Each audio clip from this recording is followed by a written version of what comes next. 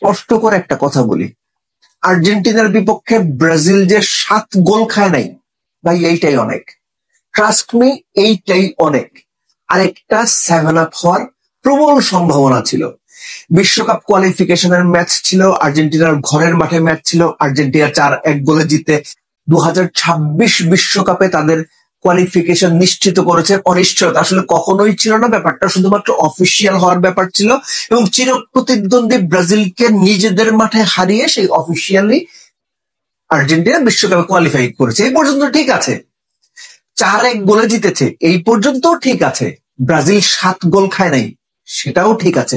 যেটা ঠিক নাই সেটা হচ্ছে ফুটবলিং হিউমিলিয়েশন। আমি হিউমিলিয়েশন শব্দটা জেনে বুঝে ব্যবহার করলাম এই কারণে যে আর্জেন্টিনা 4-1 গোলে জিতেছে, এটার চাইতেও অনেক বড় ব্যাপার হচ্ছে যেভাবে আর্জেন্টিনা খেলেছে, যেভাবে ব্রাজিল ম্যাচটা হেরেছে। আমাদের বাড়ি তো মানিকগঞ্জে, ওইখানে গ্রামাঞ্চলে একটা কথা হয়, একদম ফুটবল খেলা শিক্ষা দিয়ে দিচ্ছে। এই ফুটবল খেলা শিক্ষা দিয়ে দেওয়া, এইটা ব্রাজিলের বহুত দিন মনে থাকবে। ট্রাস্ট মি, ব্রাজিলের দর্শকদের, ব্রাজিলের ফুটবলারদের, টিম ম্যানেজমেন্টের। এটা ব্রাজিলকে রীতিমতো পোড়াবে, রীতিমতো খোঁচাবে। এই হারটা শুধুমাত্র একটা হার না, ব্রাজিলের যে ফুটবলিং ঐতিহ্য কিংবা ব্রাজিলের যে ফুটবলিং কালচার বা তাদের যে অর্জন বর্তমান সময়ের প্রেক্ষাপটে, এর সবকিছুকে এক ধাক্কায় 100 ফুট পেছনে দিয়ে দিয়েছে। It was absolutely master class performance from the আর্জেন্টাইন্স।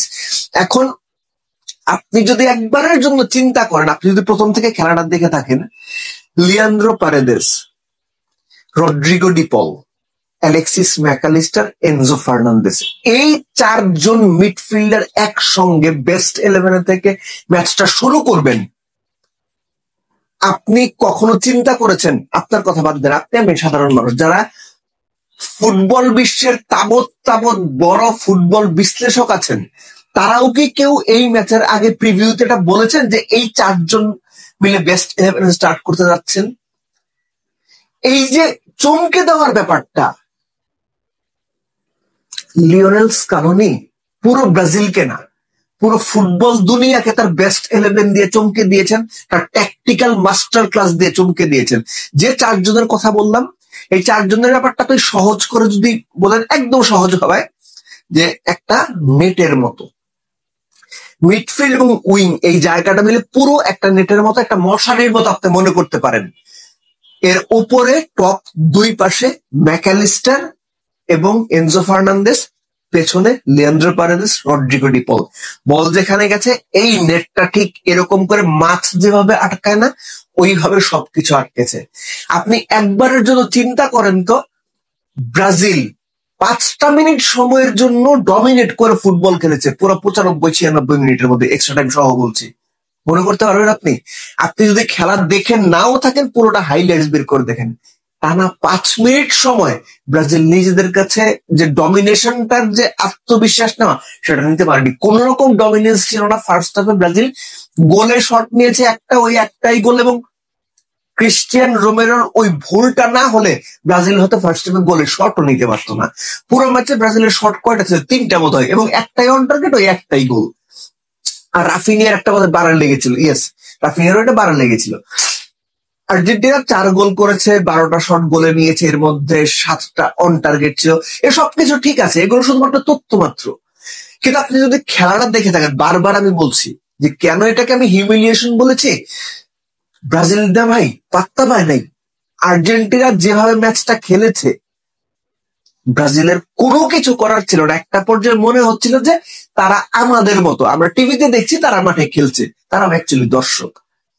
আর্জেন্টিনার প্লেয়াররা যেভাবে সুইচ করেছেন জায়গা, যেভাবে সবকিছু চেঞ্জ করেছেন, যেভাবে তারা পজিশন বদল করেছেন, যেভাবে পকেটগুলো ব্যবহার করেছেন, যেভাবে ওঠানামা করেছেন, মাঝখানে বল আটকেছেন, ব্রাজিলকে বল বের করার মতো সুযোগ পর্যন্ত ঠিকঠাক দেননি।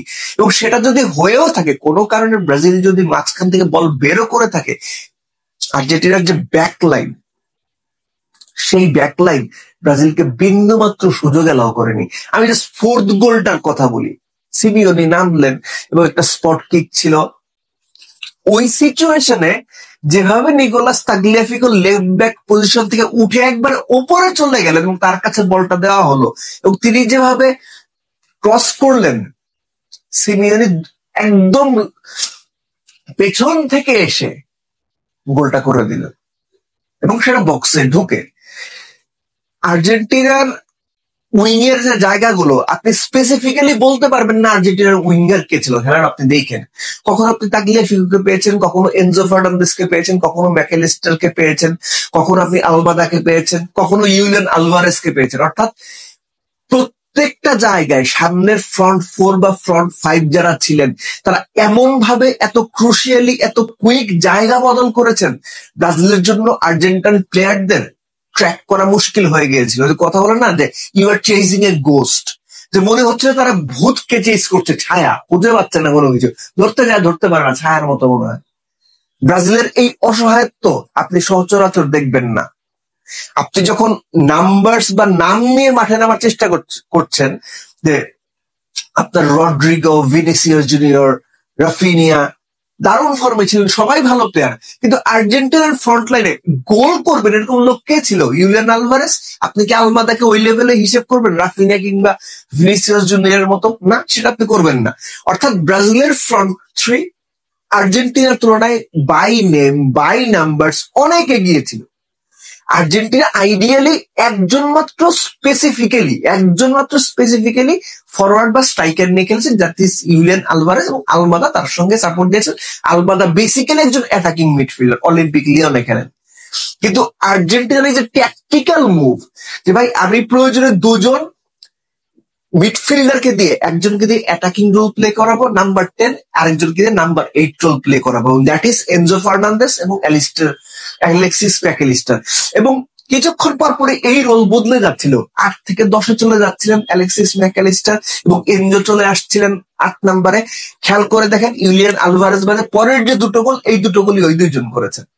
অর্থাৎ তাদের যে switch off positions, switch off areas, এটা ব্রাজিলকে কনফিউজ করে দিয়েছিল যে ভাই কোন দিকে যাব, কাকে ধরবো, কার পেছনে দেবো, কাকে মার্ক করবো। ইট ওয়াজ অ্যাবসলিউটলি মাস্টার ক্লাস। এই জন্যই বললাম যে ব্রাজিলের এই হারটা অনেকদিন মনে থাকবে, মনে রাখার মতোই হার, মনে রাখার মতো পারফরমেন্স করে ব্রাজিল তাদের চিরপ্রতিদ্বন্দ্বী আর্জেন্টিনার কাছে মানে হিউমিলিয়েটিং ভাবে ম্যাচটা হেরে গেছে।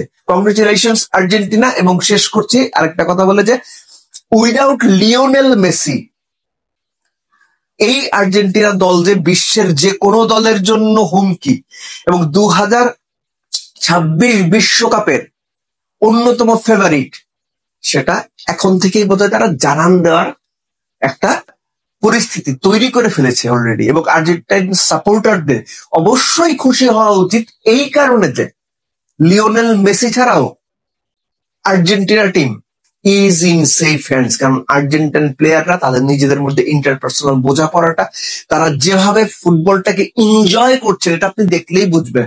ম্যাচ শেষে আর্জেন্টিনাদের সেলিব্রেশন আপনি দেখলেই বুঝবেন, যেভাবে তারা মানে আউটপ্লেট করে দিল ব্রাজিলকে, that was a treat to watch. এবং শেষ পর্যন্ত দর্শকদের সামনে গিয়ে